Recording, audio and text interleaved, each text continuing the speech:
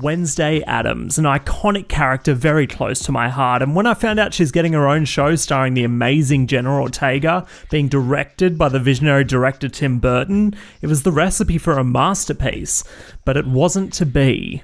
Before I get into it, I just want to say that if you enjoyed Wednesday, great. I'm actually jealous of you because I personally really wanted to enjoy this. I really did.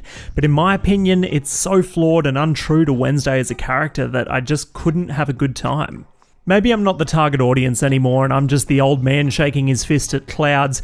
You could argue that the Addams Family is really made for kids, but with the heyday of the Addams Family being in the childhood memory of 90s kids, that's the audience I feel they should be playing to. This franchise means way more to them than young teens whose first impressions of the family will be this show. Let's start with Tim Burton. Burton is one of my all-time favourite directors. Edward Scissorhands, Beetlejuice, Batman, Sweeney Todd, Charlie and the Chocolate Factory, all of these I've seen countless times, and in the mid-2000s I was under the impression he could do no wrong because, well, he never missed. But as soon as we entered the 2010s, he kind of lost his edge when he was working with Disney. They obviously kept him on a tight leash, and his Disney projects were missing that fantastical comedy with a horror edge that he was known for. Alice in Wonderland was okay in my opinion, but then we get disappointments like Dark Shadows and Miss Peregrine's Home for Peculiar Children. Big Eyes was kind of a nice change of pace for him, but nowhere near what we've seen from him in the decade prior. Things got really bad when they put him in the director's chair for the live-action adaptation of Dumbo, a completely forgettable remake that was a complete waste of the man's talent. After enough time had passed where we finally got the bad taste of the Burton-Disney partnership out of our mouth, Burton finally broke free. He's actually confirmed he has no intention to work with the studio again after his experience directing Dumbo. Burton has said, quote, "I realised that I was Dumbo and that I was working in this horrible big circus and I needed to escape. That movie is quite autobiographical at a certain level," end quote. So the stars were starting to align. Burton was free of Disney and able to do what he wanted, and Netflix wanted a director for Wednesday. A match made in heaven for a classic gothic Burton series, but instead, well... But let's start with the positives. Firstly, I love the cast. I am such a big Jenna Ortega fan. She was an incredible scream queen in the movie X.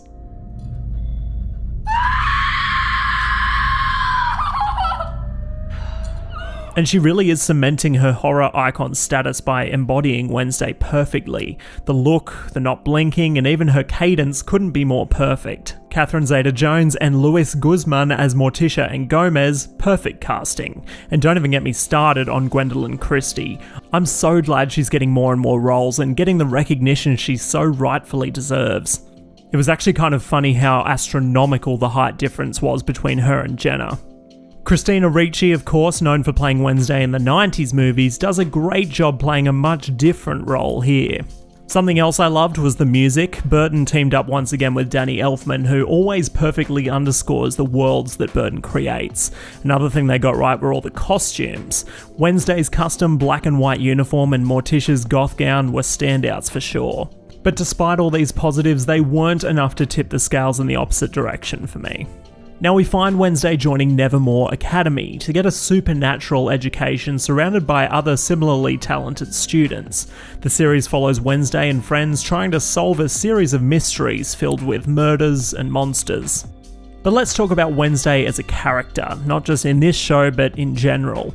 Wednesday loves everything horrific and really couldn't care less about anyone or anything.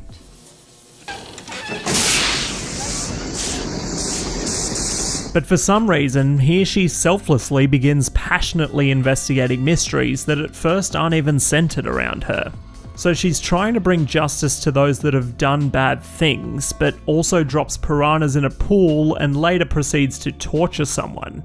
The double standard just doesn't make any sense to me. Why doesn't she support the corruption of the town and the killer therein? Then she could stay true to her character and become a sort of anti-hero.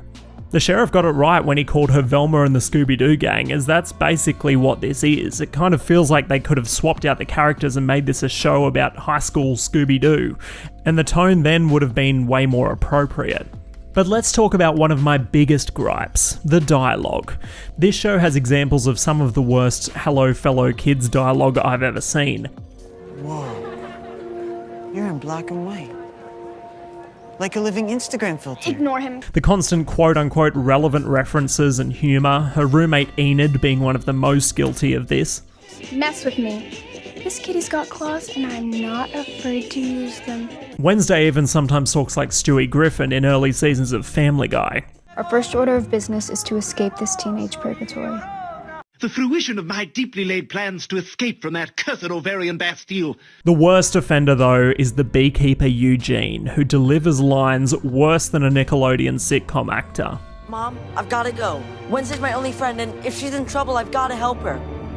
It's hive code. But Wednesday is genuinely nice to him. I don't know why, and it's very uncomfortable and out of character for her in scenes where she even says she misses him, tells him not to go into the woods by himself. I get it, it's hard to make an evil character a protagonist without making them redeemable, but here it doesn't fit. You don't have to give Wednesday redeemable qualities, as she's already likeable specifically for not having likeable qualities. Once you've taken away her wicked sense of humour and general lack of care, she's no longer as interesting of a character. By the end of the series, it almost seemed as if she was pretending to be dark and moody just to be cool, which completely rubs me the wrong way. To be fair, there were some campy moments they got right, like the snapping twice as a callback to the original theme song, I appreciate that, and Wednesday's dance scene was perfect. But another one of the biggest crimes this show commits is the fact that the mystery is, well, boring.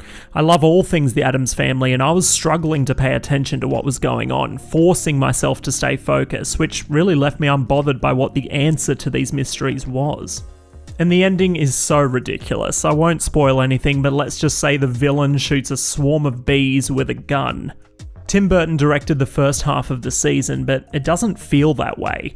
Maybe the big eyes of the monster in the woods was reminiscent of his style, I guess. But there was none of his signature humour, and what dark humour there was watered down to bad modern day references. The second half of the season was exact same in quality of direction. Some episodes were even better in the second half. I couldn't even really tell when Burton wasn't directing, which shows how little his usual unique directing style had on this show. And it's such a shame. I want to try and defend the man, but the fact he hasn't released anything good in over 8 years, it's really making it difficult. I don't know if this is a controversial opinion, but this show almost falls into the same category as Netflix's bad high school dramas like Sabrina and Riverdale. Maybe comparing this to Riverdale is unfair, but you know the type of show I'm talking about. The supernatural high school mystery pool is really starting to run dry for me. And it annoys me because all the pieces were there, the cast, the director, but the writing and direction was all completely wrong and managed to undo the entire thing. This could have been a dark, dread-filled comedic thriller, but instead we got a tween drama with dialogue to match. There have been adaptations of an adult Wednesday spin-off before, unofficial ones mind you, but if they were to do this right, it doesn't even really have to be an R-rated show, as great as that would have been, but just darker, and not this. All of this adds up to what will surely be an even worse season 2 should it get renewed, and by the look of the finale, it definitely will. But am I wrong? Most of the comments I've seen online are overly positive, and I'm just not understanding how people are still enjoying it despite its flaws. Please let me know what you think. I'll be down there in the comments, but if you haven't already, be sure to subscribe for weekly videos covering your favourite movies and TV shows. If you subscribed during this video, then welcome aboard, and if you had a good time hanging out, then spank that like button. This is Matt Rogers, and that is all.